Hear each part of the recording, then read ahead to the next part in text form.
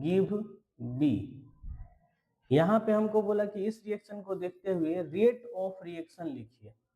तो rate of reaction हमेशा कैसे लिखते हैं, रिएक्टेंट के लिए माइनस का sign, D A upon concentration of reactant upon time, और स्टाइकोमेट्री से डिवाइड कर दीजिए, इज इक्वल टू प्रोडक्ट के लिए प्लस का sign dB upon dt, stoichiometry से डिवाइड कर दीजिए। तो ये हो गया हमारे पास रेट ऑफ रिएक्शन। अब रेट लॉ के अकॉर्डिंग,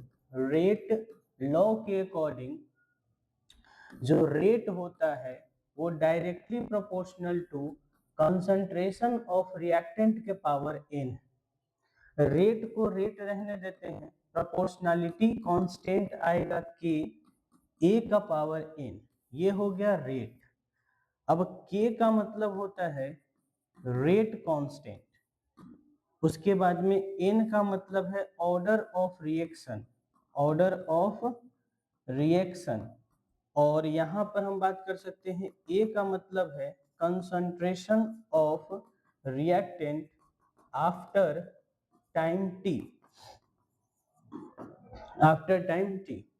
अब हमको मान लीजिए किसी ने बोला यूनिट निकालने के लिए, यूनिट ऑफ के यानी कि रेट कांस्टेंट का यूनिट निकालने के लिए। तो रेट कांस्टेंट का यूनिट हम कैसे बता सकते हैं, एक बार देखिएगा। तो यहाँ से रेट कांस्टेंट का यूनिट आ जाएगा, के को हम इधर रखते हैं, इज इक्वल टू रेट को इधर और अपॉन ए के पावर एन को इधर भेज देते हैं। के को के ही रहने दीजिए, हम रेट को क्या लिख सकते हैं, change in concentration upon time, और ये है कंसंट्रेशन का पावर n। तो k इज इक्वल टू, जब यह ऊपर जाएगा तो कंसंट्रेशन, ये भी कंसंट्रेशन का पावर 1, कंसंट्रेशन के पावर ऊपर जाकर के -1, बेस सेम है तो क्या हो जाएगा, पावर ऐड हो जाएगा और c के पावर 1 माइनस n आ जाएगा, विथ साइन ऐड कर दिए, अपॉन यहाँ पे टाइम का पावर जो है 1 हो गया। तो k का यूनिट क्या आ गया हमारे पास, कंसंट्रेशन को लिख सकते हैं mole upon volume into time, ऊपर जाएगा तो उसका पावर -1 और इसका पावर कितना है, 1 माइनस n है। अब यहाँ पर k को k ही रहने देते हैं, मोल को क्या लिख सकते हैं, मोल को मोल ही रहने दो, है ना। वॉल्यूम जो होता है वो लीटर होता है, इनटू टाइम के पावर -1 और इन दोनों का पावर n-1।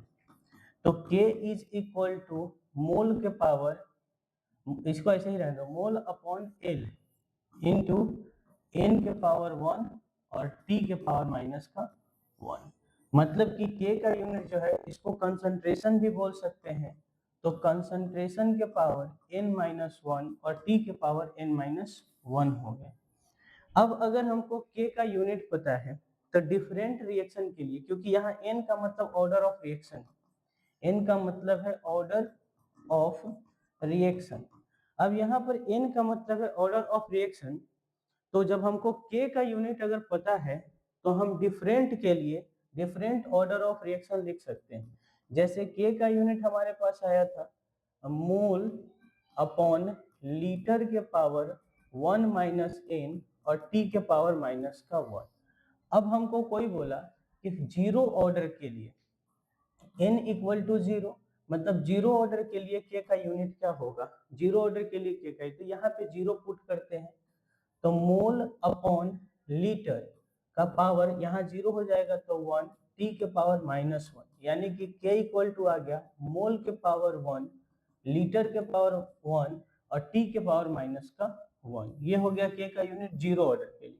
और अगर कोई हमको बोले कि n is equal to 1 put करो फर्स्ट ऑर्डर के लिए, तो यहाँ पे k is equal to mole के जगह पर मोल ही रहने देते हैं, l के जगह पर l, n के जगह पर 1 पुट करेंगे तो ये हो जाएगा 0, t के पावर -1। तो k इज इक्वल टू, जिसका भी पावर 0 होता है वो 1 हो जाता है, इंटू t के पावर -1।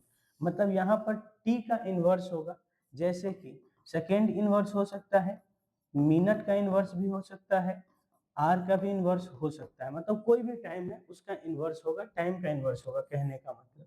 उसी तरह से अगर n का वैल्यू 2 रख दे तो सेकेंड ऑर्डर के लिए हो जाएगा k is equal to mole upon l के पावर, यहाँ माइनस का 1 हो जाएगा और t के पावर भी माइनस का 1, तो k is equal to mole के पावर प्लस का मोल का पावर माइनस का 1, मोल का पावर माइनस का 1, लीटर के पावर ऊपर जाकर के माइनस प्लस हो जाएगा, तो माइनस